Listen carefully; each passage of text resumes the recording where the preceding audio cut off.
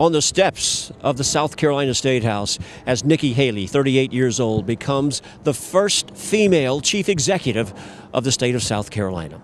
From a distance, away from these steps, just how does her becoming the state's first female governor appear? Does it change perceptions of South Carolina? There are two points to that. One is she is the first female elected and to take the oath of office as governor. So that's a historic event in and of itself. The other thing that's so historical about today is our Constitution in action. I think in some ways you can't stereotype South Carolina in any way and say that it's a man's job or that it's a traditional South Carolinian's job. South Carolina, I think, is communicated as being positive, open, and inclusive. It is a big day historically. We think of all the firsts that have occurred through South Carolina through the years, and here we are 300 years into our history and we have another one.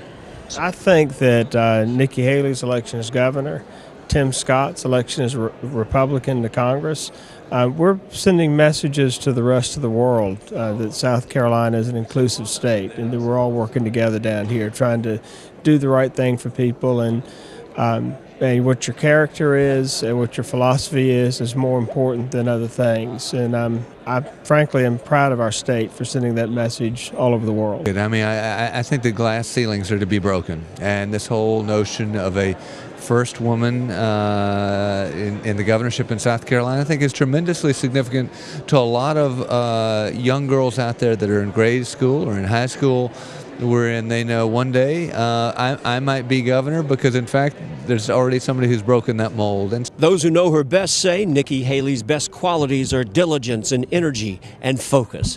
Yes, she is the first female governor of this state. She is also just the second Indian American governor in the nation. From Columbia, Warren Pepper, PostandCourier.com.